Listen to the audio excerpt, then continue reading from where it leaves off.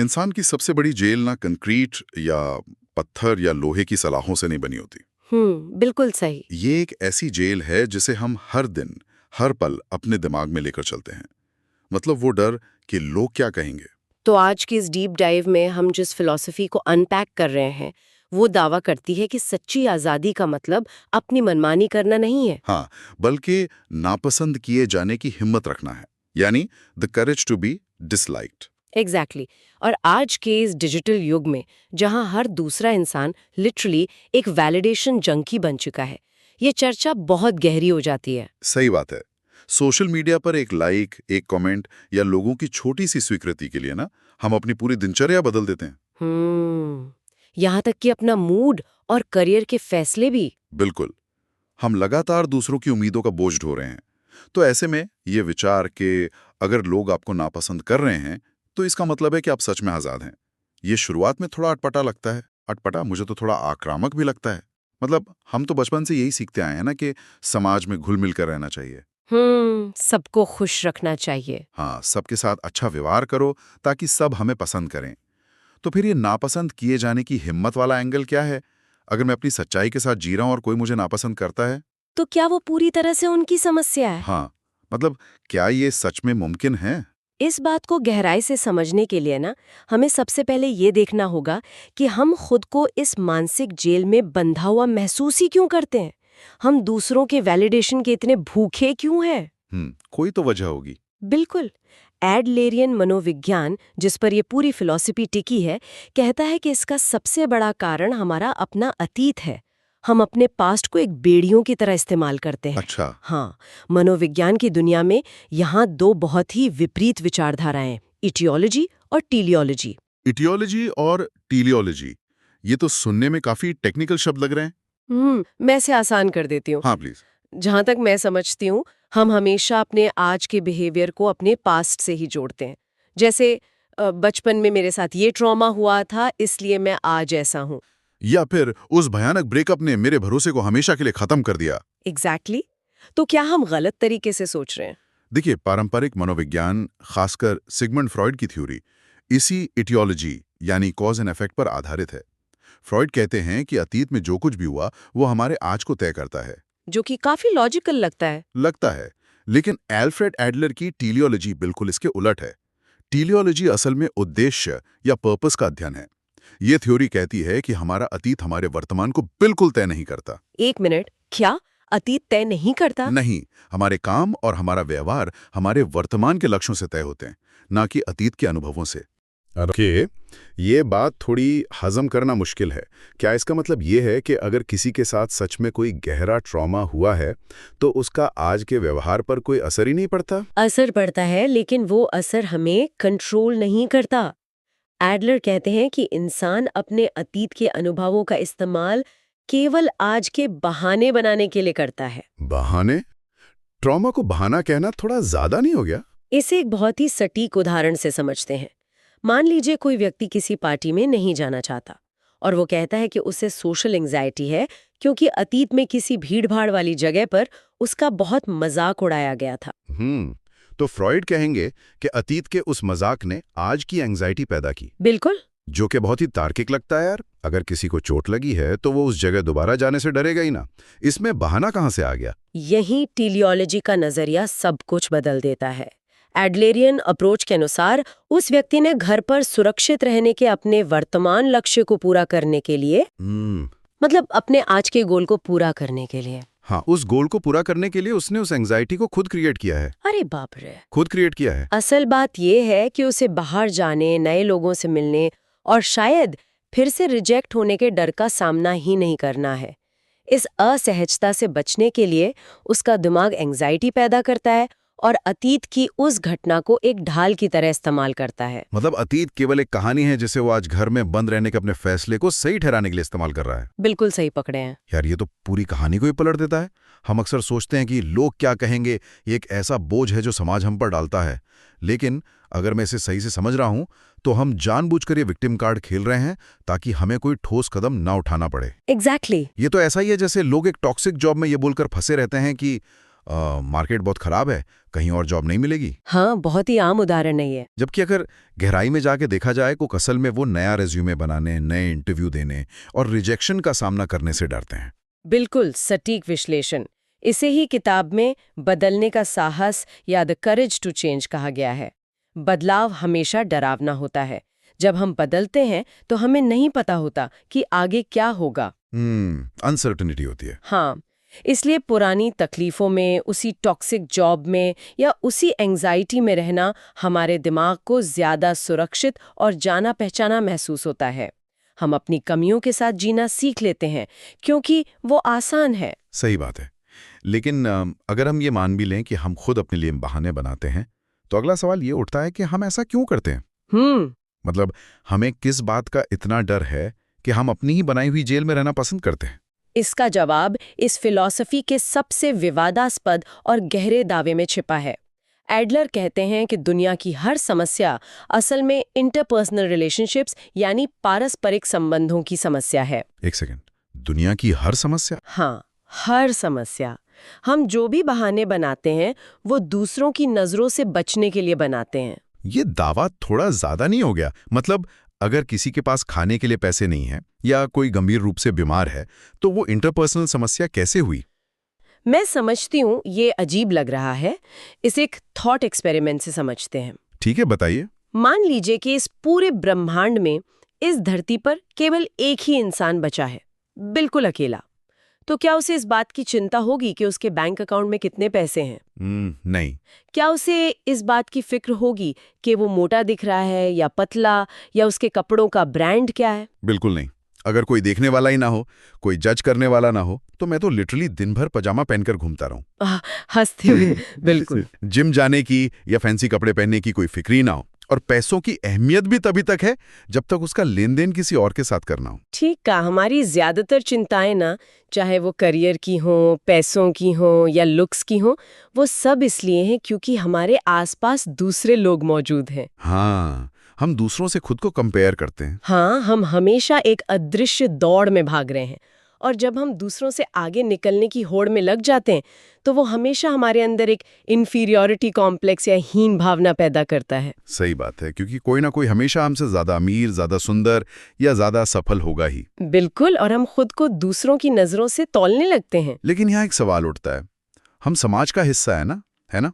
अगर हम आज के समय को देखें तो लिंक्डइन खोलते ही ऐसा लगता है कि हर कोई सीईओ बन रहा है या कोई नई कंपनी खोल रहा है। हाँ, हर कोई सक्सेसफुल दिखना चाहता है। तो ऐसे में क्या प्रतिस्पर्धा से पूरी तरह बचना व्यावहारिक रूप से संभव है?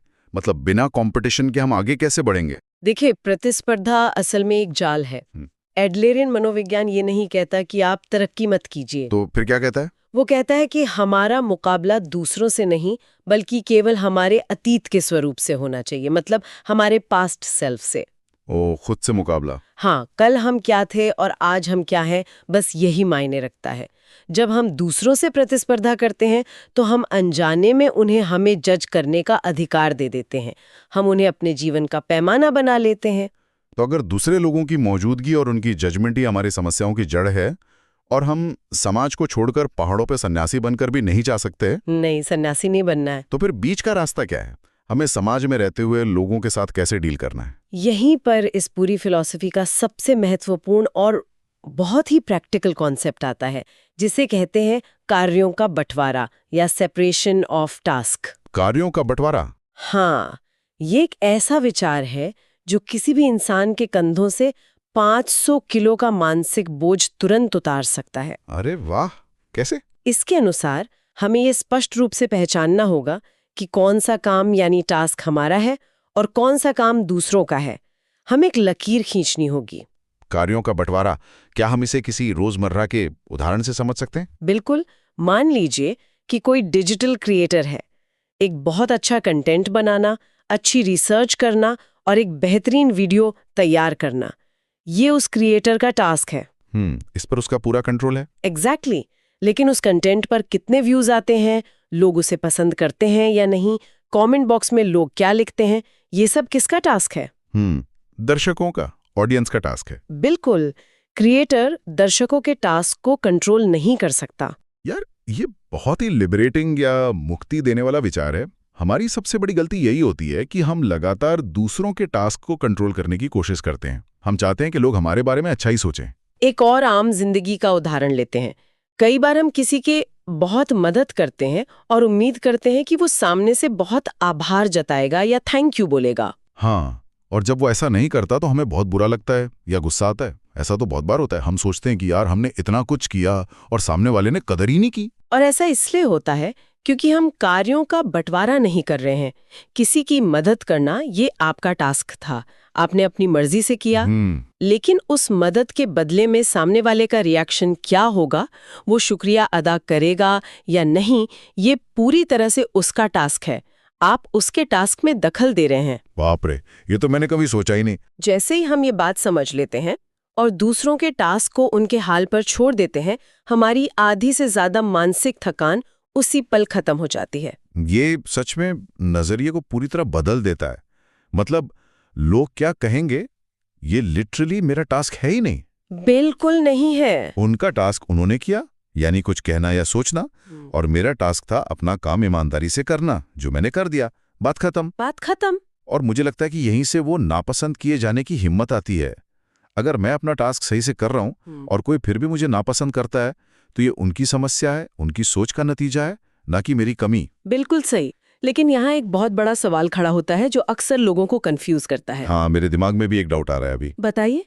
अगर मैं कार्यों को इस तरह से अलग कर दूं कि मुझे कोई फर्क नहीं पड़ता कि लोग क्या सोचते हैं, उनका रिएक्शन उनका टास्क है, तो क्या ये सब हमें थोड़ा मतलबी या भावनाहीन नहीं बना देगा? एक वैलिड पॉइंट है। मतलब ऐसा लग सकता है कि हम समाज से कट रहे हैं और सिर्फ अपने बारे में सोच रहे हैं। ये तो बहुत ही रूखा और आत्मकेंद्रित बिहेवियर हो गया ना। ये एक बहुत ही स्वाभाविक शंका है, और अगर हम सिर्फ कार्यों के बंटवारे पर रुक गए तो ये स्वार्थी ही लगेगा। लेकिन एडलरियन मनोविज्ञान इसे एक कदम और आगे ले जाता है, जिसे कम्युनिटी फीलिंग कहा जाता है। Community feeling? हाँ, कार्यों को अलग करने का मतलब लोगों से दीवार खड़ी करना नहीं है, बल्कि एक हेल्दी बाउंड्री बनाना है। असली खुशी तब मिलती है जब हम दूसरों को अपने दुश्मन या प्रतिद्वंदी के बजाय अपने पार्टनर या साथी की तरह देखते हैं। ये थोड़ा विरोधाभासी लग रहा है मुझे। कैसे? एक तरफ आप कह रहे हैं कि दूसरों के ओपिनियन की परवाह मत करो, और दूसरी तरफ कह रहे हैं कि उन्हें पार्टनर मानो। इन दोनों बातों में तालमेल कैसे बैठेगा? तालमेल इस तरह बैठता है कि जब आप वैलिडेशन के भूखे नहीं होते ना, तभी आप समाज में सच्चा योगदान दे सकते हैं। अच्छा, वो कैसे? जब तक आप थैंक यू सुनने के लिए किसी की मदद कर रहे हैं, तब तक आप असल में अपनी ईगो को संतुष्ट कर रहे हैं। आप सामने वाले का फायदा उठा रहे हैं अच्छा महसूस करने के लिए। बात तो सही है। लेकिन जब आप कार्यों का बंटवारा कर लेते हैं, तब आप निस्वार्थ भाव से मदद करते हैं। ठीक उस यूट्यूबर की तरह जो सिर्फ इसलिए कंटेंट बनाता है क्योंकि उसे अपनी कला में मजा आता है और वो दूसरों के जीवन में कुछ वैल्यू जोड़ना चाहता है। वो इसलिए काम नहीं कर रहा कि उसे वायरल होना है। बिल्कुल, वो बिना किसी शर्त के योगदान दे रहा है। समझ गया। यानी बाउंड्री सेट करने से हम वैलिडेशन की भूख से आजाद हो जाते हैं, और तब जाकर हम असल में लोगों की निस्वार्थ मदद कर पाते हैं। बिल्कुल। लेकिन कम्युनिटी फीलिंग को लेकर एक और बहुत ही चौंकाने वाली बात सामने आती है सोर्सेज में।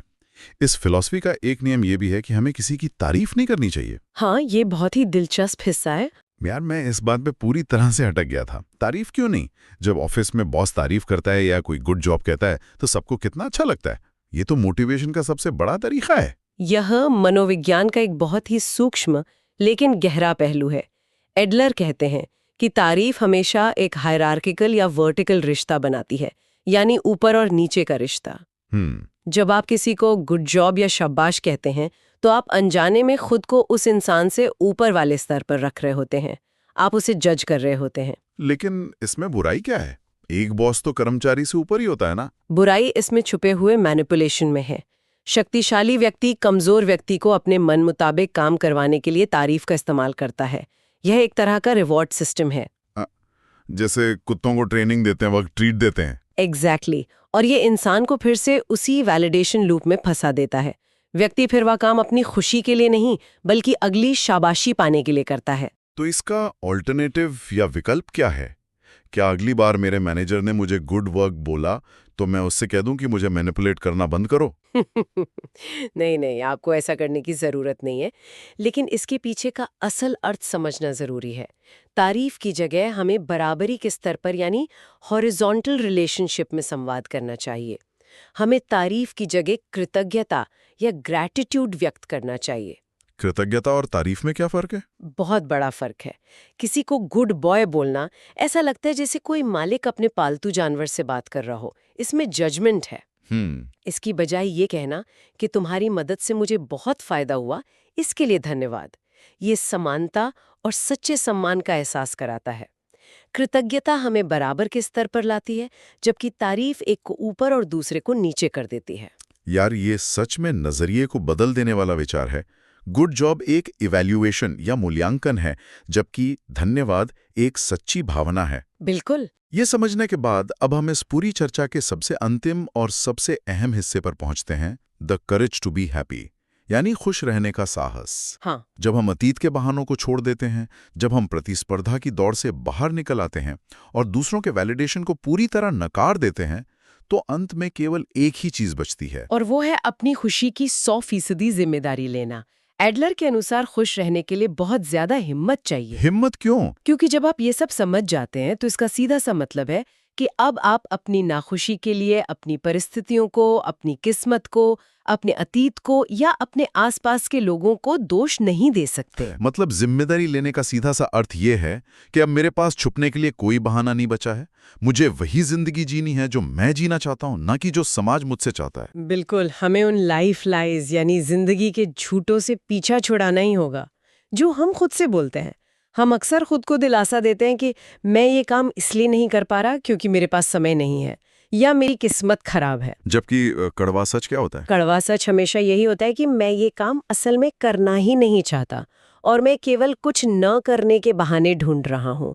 अपने अतीत की परवाह किए बिना हम इसी पल, इसी वर्तमान क्षण में यह तय कर सकते कि हमें अपनी जिंदगी कैसे जीनी है। तो अगर हम आज के इस पूरी डीप डाइव को समेटे तो हमारे सामने 4 बहुत ही मजबूत पिलर्स आते हैं। हाँ। पहला, हमारा अतीत हमें पीछे से धकेलता नहीं है, बल्कि हम अपने वर्तमान लक्ष्यों के लिए अतीत का इस्तेमाल बहानों के रूप में करते हैं। बिल्कुल सही। दूसरा, हमारी सारी मानसिक थकान दूसरों से हमारी तुलना और प्रतिस्पर्धा की वजह से है। तीसरा, कार्यों का बंटवारा, यानी ये समझना कि दूसरों की राय उनका काम है, हमारा नहीं। और चौथा, सच्ची आजादी का मतलब है अपने सच के साथ खड़े होना, बिना इस बात की परवाह किए कि कोई हमें नापसंद भी कर सकता है। ये एक बहुत ही परफेक्ट समरी है। लेकिन इस चर्चा को खत्म करने से पहले मैं एक ऐसा सवाल छोड़ना चाहूंगी जो इस पूरी फिलॉसफी को एक बहुत ही बड़े पैमाने पर सोचने पे मजबूर करता है। बताइए। जरा सोचिए, अगर दुनिया का हर इंसान ये कार्यों का बंटवारा पूरी तरह से अपना ले और समाज के वैलिडेशन या तारीफ की परवाह करना बिल्कुल छोड़ दें, तो क्या होगा? तो कल हमारे समाज में सही और गलत तय करने का पैमाना क्या होगा? अगर कोई किसी की तारीफ नहीं करेगा, कोई सजा का डर नहीं होगा, तो क्या हमारी शिक्षा प्रणाली या बच्चों को पालने का जो पारंपरिक तरीका है वो पूरी तरह से नहीं बदल जाएगा? ये तो बहुत गहरा सवाल है। बिना शाबाशी के बच्चे कैसे सीखेंगे? क्या हमारा समाज बिना बाहरी इनाम और सजा के ढांचे के टिक सकता है? ये एक ऐसा सवाल है जो इस थ्योरी को एक बिल्कुल नए प्रकाश में रखता है। यार, ये सच में एक ऐसा विचार है जो दिमाग में कई दिनों तक गूंजता रहेगा। क्या हम बिना गाजर और छड़ी के, मतलब बिना कैरेट एंड स्टिक के, एक बेहतर समाज बना सकते हैं? ये सोचने वाली बात है हम सबके लिए। बिल्कुल। तो इस भारी और दिलचस्प विचार को हम यहीं खुला छोड़ते हैं ताकि सब अपने अपने स्तर पर इस पर विचार कर सकें। तो वापस वहीं आते हैं जहां से हमने शुरुआत की थी, वो मानसिक जेल जो लोग क्या कहेंगे कि ईंटों से बनी है। आज की चर्चा से ये साफ हो गया है कि उस जेल का दरवाजा बाहर से लॉक नहीं है, उसकी चाबी हमेशा से हमारे ही हाथों में रही है। बस जरूरत है तो उस ताले को खोलने की हिम्मत जुटाने की। इसी नई सोच और इस करेज के साथ अपनी जिंदगी में सकारात्मक बदलाव लाते रहिए, सीखते रहिए, बढ़ते रहिए और बिना किसी परवाह के अपने रास्ते पर चलते रहिए। मिलेंगे अगली डीप ड्राइव में।